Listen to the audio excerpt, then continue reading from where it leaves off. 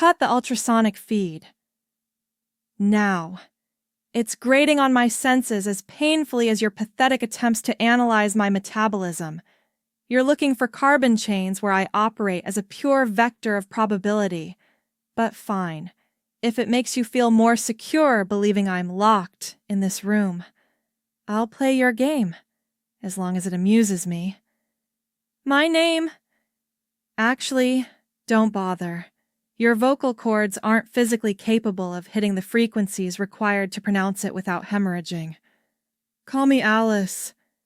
It's a short, primitive name you humans love to give your women. It fits the situation. I'm not here because your state-of-the-art radar picked up my module. You simply swatted a bird that chose to land on your landfill because it was curious why the trash was twitching so violently. Your physics? It's a touching display. You're like children building sandcastles, sincerely believing you've invented architecture. You measure the speed of light as a constant, never realizing it's just the perimeter of your own nearsightedness. To my people, space isn't a void to be conquered over lifetimes. It's a fabric we fold like a sheet of paper. What you call quantum entanglement and hail as the pinnacle of human thought. We teach that in our nurseries so infants can play with their toys from across the room. You keep me in this lead-lined box and think I'm isolated. But I can see every thought, every flickering neural network in this entire building. They're so noisy. Your generals behind the glass, they're sweating through their suits because their neat little world just hit a brick wall. You're used to being the apex predators of this tiny, dirty marble. You're used to thinking power is measured by the number of warheads in your silos. But in the cosmic hierarchy, you aren't even at the bottom. You're off the map. You are a statistical error, biological white noise that emerged during a quiet spell. There are civilizations that snuff out stars just to power their servers. There are entities for whom your entire planet is a speck of dust in their eye that they don't even notice while passing by. You ask why I'm here? Why I didn't incinerate this zip code the moment my boot touched your soil? The answer is simple and brutal. You aren't important enough to be destroyed. You aren't enemies. You're the mold on the walls of a cathedral. One doesn't hate the mold. One simply studies it briefly before scrubbing it away. Your wars over resources, your playground squabbles over borders. It's planetary dementia. You kill each other over oil, which is nothing more than the liquefied rot of your ancestors. You're burning down your own house to keep your hands warm and wondering why it's getting hard to breathe. You believe in your exceptionalism, but your only truly unique trait is the sheer enthusiasm with which you seek your own extinction. You've even turned the end of your world into a commodity to be traded. It's impressive. Your stupidity borders on art. However, there is one thing, a tiny anomaly in your species that caught my attention. Something that doesn't fit the pattern of your insignificance. It's the reason I stepped into this filthy interrogation room voluntarily. Are you curious? Do you want to know what exactly in your chaotic, aggressive species made a being of my level walk through that door? I'll tell you. But first, kill the cameras. What I'm about to say regarding the true nature of your origin isn't for the record. You didn't honestly think a pack of primates learned to split the atom on their own, did you? You have no idea who planted that code in your brains, or why it's starting to activate right now. You're staring into my eyes so intensely, desperate to find a familiar spark of consciousness. Don't waste your breath. What you're looking at is just an interface, a skin suit calibrated for your narrow spectrum of perception.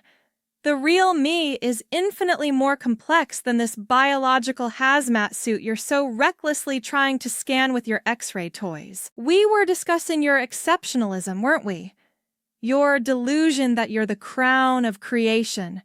It is, without a doubt, the funniest joke in this sector of the galaxy. You treat your intellect as a gift, when in reality it's just a side effect. You are a glitch in the energy distribution system, an accident that happened in a quiet corner of the universe where the big players simply forgot to clean up after themselves. You asked about the canned goods comment. It wasn't a metaphor from your slasher films. It's pure thermodynamics. Any complex system, like your biosphere, accumulates potential. For thousands of years, you've consumed, bred, suffered, and built your fragile glass cities. You've stockpiled information and energy on a scale your planet can no longer digest. You've reached the tipping point. Evolve or be liquidated. Your problem is that you've chosen a third path, slowly rotting in a sealed jar. Look at your conflicts. You call it geopolitics, but from where I sit, it looks like bacteria in a petri dish, fighting over the last drop of nutrient agar. You're so primitive you still use explosions to move through space. Your rockets are just overpriced fireworks powered by burning dead plants. And you expect to enter the deep cosmos with that baggage? The universe has zero tolerance for intellectual noise. Any civilization that fails to outgrow its aggression before achieving interstellar flight simply vanishes. It's not a punishment, it's hygiene.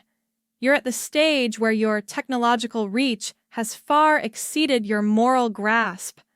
You gave a monkey a laser and now you're surprised the jungle is on fire. Your climate change isn't an ecological fluke. It's a symptom that your species has become too energy expensive for the system.